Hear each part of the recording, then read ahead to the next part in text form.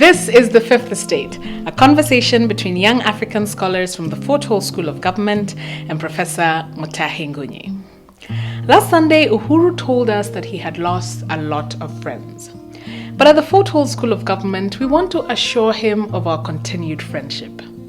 If the friends he lost are like the waves that come and go, real friends like us will stick with him like an octopus on his face. We will wrap ourselves around his face and nag his senses until he succeeds. For starters, we support the idea of demolitions. But because we want him to succeed, we want him to tell us why he's doing it. When Mzee Kibaki demolished buildings, he told us that he wanted to build roads. Then he built the highways. When we saw his purpose, our skepticism was healed. Kibaki destroyed and built, but Uhuru is just destroying. He has not told us what he will build. If he is smashing impunity, what is he building to replace it?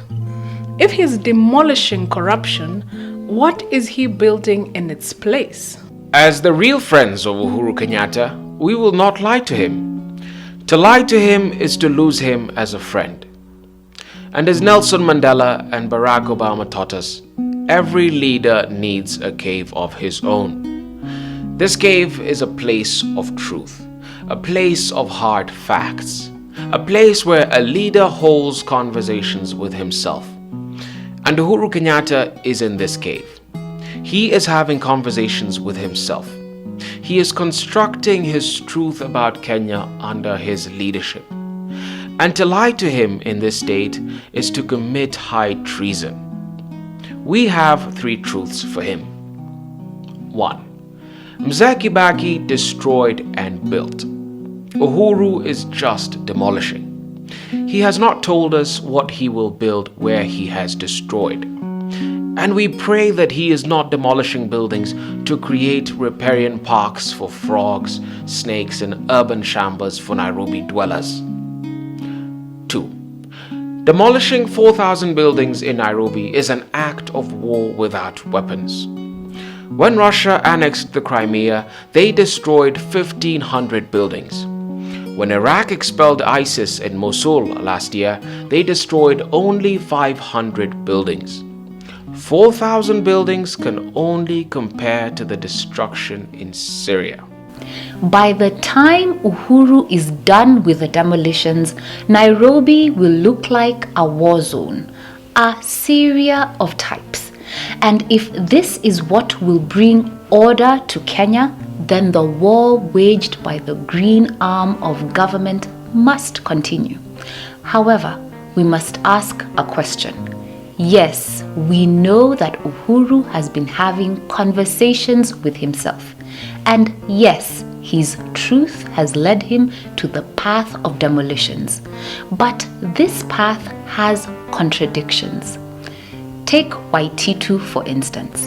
On Sunday, he disagreed with the demolitions. Then, on Monday, his wife was arrested. Was this a coincidence of justice? Then there was Kidero, Evans. They arrested him in the morning, then arrested his son in the afternoon. Big Kidero was arrested for alleged corruption. Small Kidero was arrested for selling fuel with mercury. There was no relationship. This smacked of vendetta. As his friends, we want Uhuru to succeed, but he cannot succeed if his choices have contradictions. God gives us the freedom of choice, but not the choice of consequences. If Uhuru choices have contradictions, the consequences will have contradictions. And this is our third truth to Uhuru. When we say that God gives us the freedom of choice, but not the choice of consequences, this is what we mean. Uhuru has told Kenyans to arrest corrupt policemen, corrupt MCAs, and corrupt MPs. This is called freedom of choice. Kenyans are free to conduct citizens' arrest whenever they see corruption and whenever they see it fit. But if Uhuru has control over freedom of choice, he has no control over the consequences of choice. His public license to do mob justice through citizens' arrest will acquire a life of its own. Before Uhuru spoke this week, the social media activist vowed to go to Taj Mahal and demolish it. But with Uhuru's endorsement, the general public will now get bold. If they wanted to demolish Taj Mahal, will they seek to do citizens' arrest on the Western directors? Will they then attempt to demolish the hotel? After that, will they go to Shanzu and attempt to dismantle another hotel? As a true friend of Uhuru, a friend who sticks with him like an octopus on his face, we must tell him our truth. And in our view, this path will not end well. Man who says it cannot be done should not interrupt man doing it. And man who says we cannot fix corruption in this country should not interrupt man fixing corruption. If Uhuru is fixing corruption, those saying it cannot be done should not interrupt him. And I admit that this includes me as well. And yes, I have many questions, not regarding Uhuru's dream, but regarding contradictions in his approach. If there is a war on corruption, the drums of war have become louder than the war itself.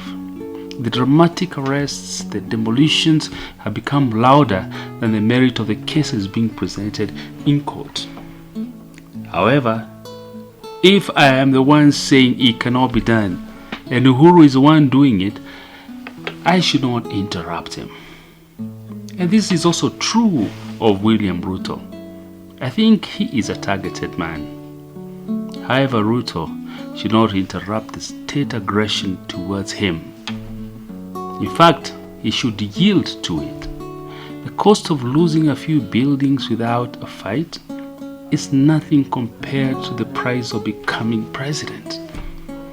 But Ruto as vice president should also remind Uhuru what Kibaki told Arap Moi 40 years ago. Clever Kibaki told Moi this: tutafuata nyayo, alright, lakini ukikanyaga mavi tutaruka.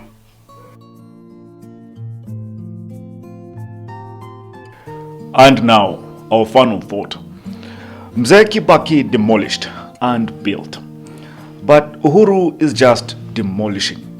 And if good things do not fill empty spaces, evil things will. Let me explain.